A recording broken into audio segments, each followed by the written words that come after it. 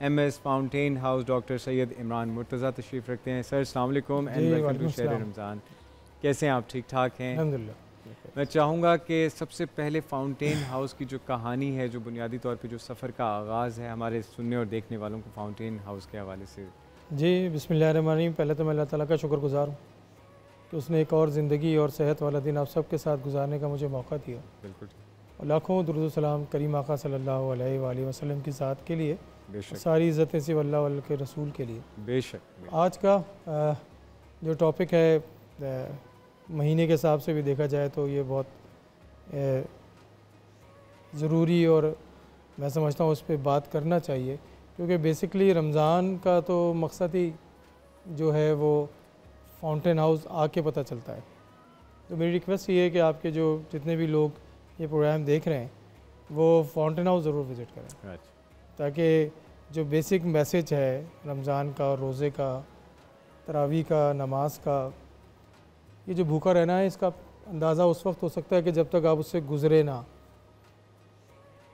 बुनियादी तौर पे जहाँ आपने फाउंटेन हाउस के बारे में बात की है, तो फाउंटेन हाउस इस वक्त पूरी दुनिया में कई सौ की तादाद में फाउंटेन हाउस है, लेकिन जो पाकिस्तान का फाउंटेन हाउस है ये एक तो साउथ एशिया में सबसे बड़ा है, और साथ साथ ये बाकी दुनिया के जितने भी फाउंटेन हाउस हैं उनसे बिल्कुल इंटायरली डिफरेंट है। और वो डिफरेंट इस हिसाब से है कि वो सारे के सारे गवर्नमेंट फंडेड है और ये लोगों की मदद से चलने वाला इदारा है।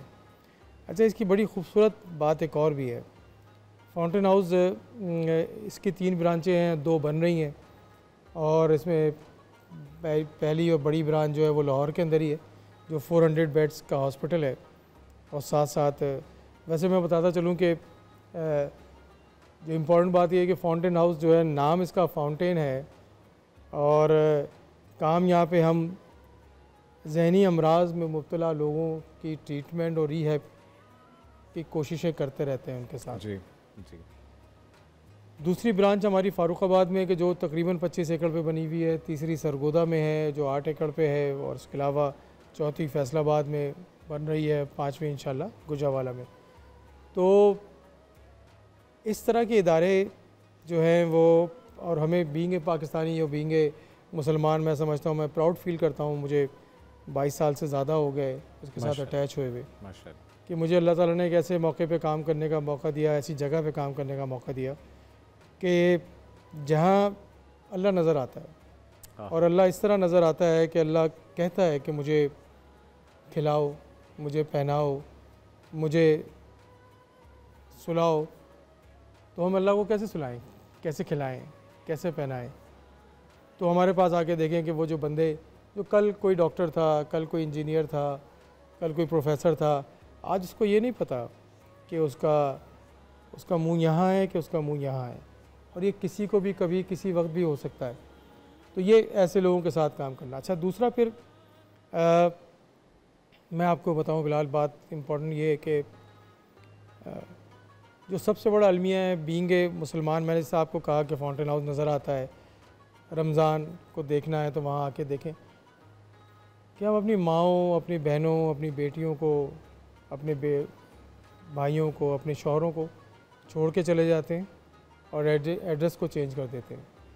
कैसा अलमिया है, और ये कैसी बात है कि जिसको अगर आप खाली उसको फील करके देखें कि उसकी जगह पर बैठ के देखें, लग रहा है कैसे लोगों, कैसी बात है कि जिस बेटे के पैदा होने पे आप बड़े शादियाने मचाते हैं और बड़ा दुआओं से पैदा किए जाते हैं।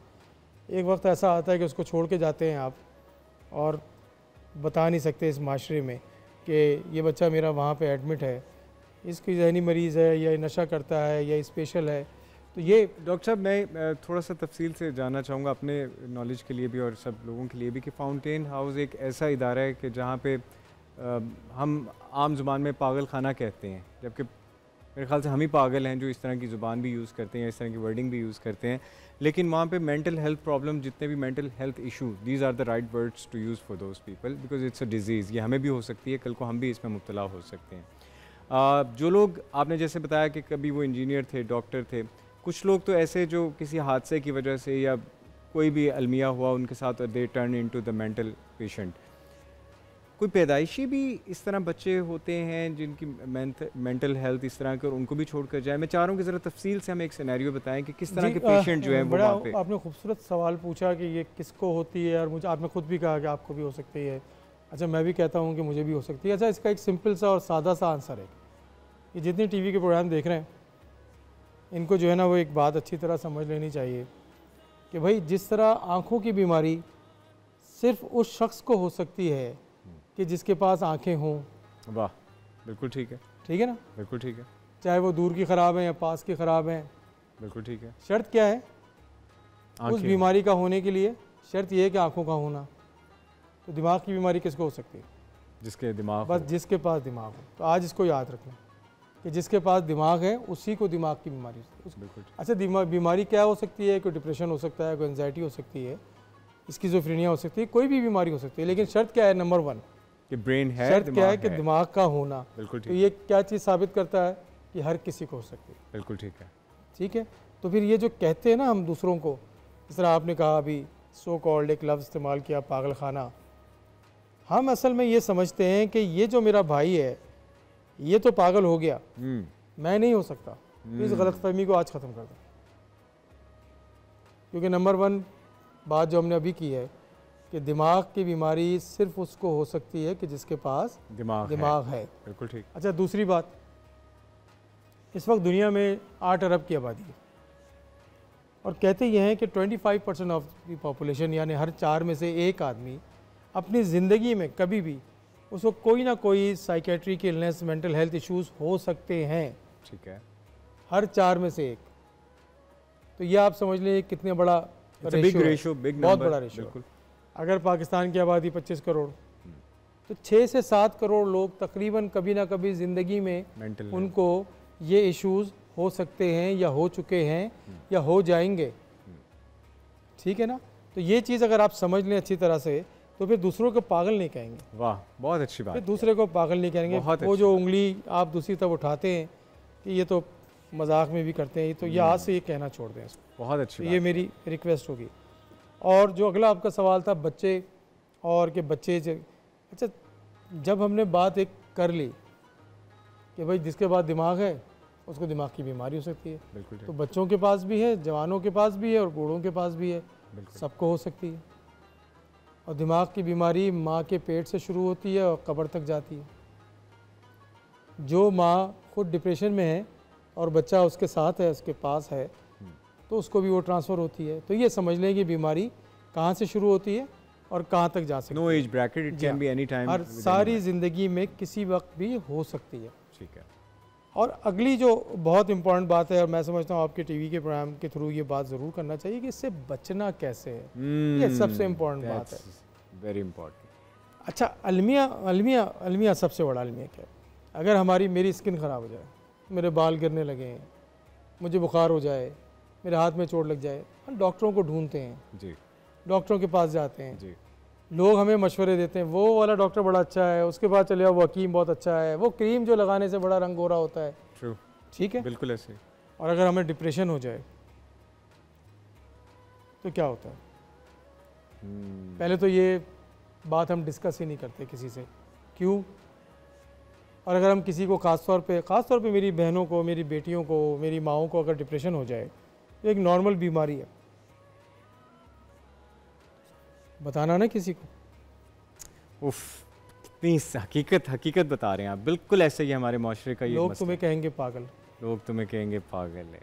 ओहो हो। ठीक है। अच्छा, ये जो लोग हैं इनके अंदर भी जो है ना ये सारे मसाइल मौजूद हैं, लेकिन वो उन लोगों से डर के, अच्छा फिर जब ये बीमारी आ जाती है तो फिर लोग घर वाले भी कहते हैं। तो ये एक सबसे बड़ा जो अलमिया है, मैं ये समझता हूँ।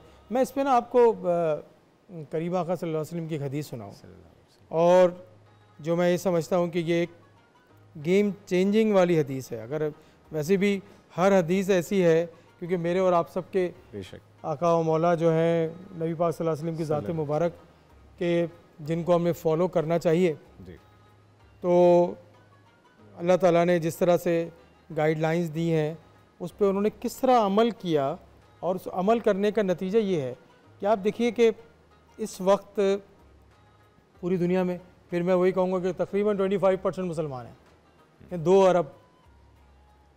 अच्छा 2 अरब ये जो मुसलमान हैं तकरीबन, अब एग्जैक्टली फिगर तो मैं अप्रॉक्सीमेटली कह सकते हैं उसको, ये जो 2 अरब मुसलमान हैं, एक शख्स के बिहेवियर की वजह से ये चेंज हुआ सब कुछ। पहाड़ पे खड़े हैं और आप कह रहे हैं अपने सारे साथियों, अपने रिश्तेदारों और अपने जानने वालों को बुला के कि भाई मैं कह रहा हूँ कि सामने से अगर फ़ौज आ रही है तो तुम्हें नज़र आती है? कहते मुझे, हमें तो नहीं नज़र आती। लेकिन अगर मैं कह रहा हूँ तो तुम मानोगे? कहते हाँ हम मानेंगे। कहते क्यों मानोगे? हम इसलिए मानेंगे कि तुम पिछले 40 साल से सच बोलते थे। वाह वाह वाह वाह, सुभान अल्लाह, क्या खूबसूरत। ये वो बिहेवियर है कि जिसने आज बग़ैर देखे हुए सीना गज़ट से ट्रांसफ़र होकर कुरान मजीद के थ्रू 2 अरब मुसलमान इस वक्त दुनिया में मौजूद हैं। जो नबी पाक सल्लल्लाहु अलैहि वसल्लम का एक बिहेवियर है। अच्छा कैसी बात है कि हम मानते तो हैं करीम आका सल्लल्लाहु अलैहि वसल्लम को अपने रोल मॉडल, और हम बहुत इश्क का इज़हार भी करते हैं। सारा महीना आप देखें हम इसी तरह गुजारते हैं। सर मैं बहुत माजरत के साथ इंटरप्ट करना, आप इतनी अच्छी गुफ्तगू फरमा रहे हैं, लेकिन एक कॉलर हैं लाइन पर और वो कोई सवाल भी करना चाह रहे हैं, तो वो काफ़ी देर से होल्ड पर हैं। रहमान, अस्सलाम वालेकुम। अस्सलाम वालेकुम, क्या हाल है बिलाल भाई? बिल्कुल ठीक ठाक, आप कैसे हैं? खैरियत से हैं? जी अल्हम्दुलिल्लाह, आपको रमज़ान का 17वां रोज़ा बहुत बहुत मुबारक हो।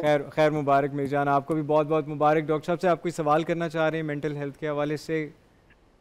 जी बिल्कुल, मेरा डॉक्टर इमरान साहब से सवाल है। सबसे पहले तो आपको भी सलाम और रमज़ान मुबारक। और मेरा सवाल ये है कि फाउंटेन होम में अगर किसी पेशेंट को एडमिट करवाना हो तो उसका प्रोसीजर क्या है? क्या हमें एडमिट करवाने के लिए कोई मतलब वो पूरी इसकी मेडिकल हिस्ट्री आपको प्रोवाइड करनी होती है, और इसके साथ साथ हमें क्या मंथली उसकी कोई फी वगैरह आपको पे करनी होगी, कोई ड्यूज होंगे? थोड़ा प्रोसीजर एक्सप्लेन करते हैं। बिल्कुल, इसका बहुत आसान सा प्रोसीजर है मेरे भाई। आपने कॉल किया, आपका बहुत शुक्रिया। आपने सवाल भी बहुत इंपॉर्टेंट किया। आपके लिए एक यूनिवर्स का गिफ्ट हैम्पर भी हमारी तरफ से। मैं चाहूँगा बड़ी डिटेल से हम इस सवाल का जवाब देंगे।